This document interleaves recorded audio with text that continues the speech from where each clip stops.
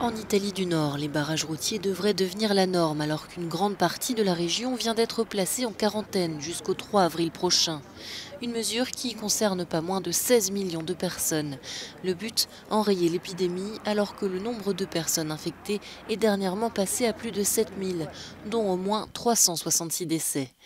Les déplacements sont strictement limités en Lombardie ainsi que dans 14 provinces et les écoles, musées, gymnases et autres lieux publics demeurent fermés dans l'ensemble du pays. Le chef de l'OMS, l'Organisation mondiale de la santé, a salué les mesures courageuses prises par l'Italie. Les habitants, eux, sont plus mitigés.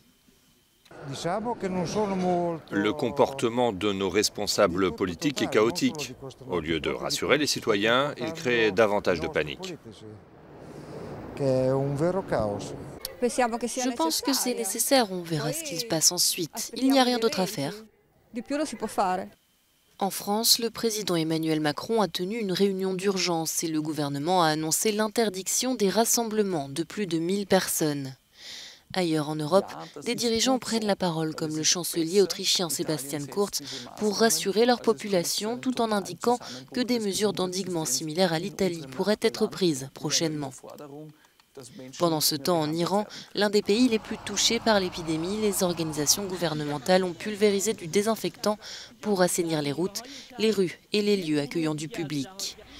Partout à travers le monde, plusieurs navires de croisière sont toujours concernés par des mesures de confinement.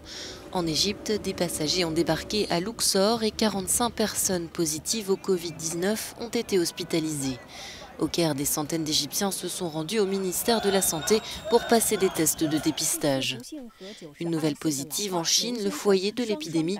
Les autorités ont signalé le plus faible nombre de nouvelles infections en un seul jour depuis janvier, ce qui indique que la propagation du virus ralentit dans le pays.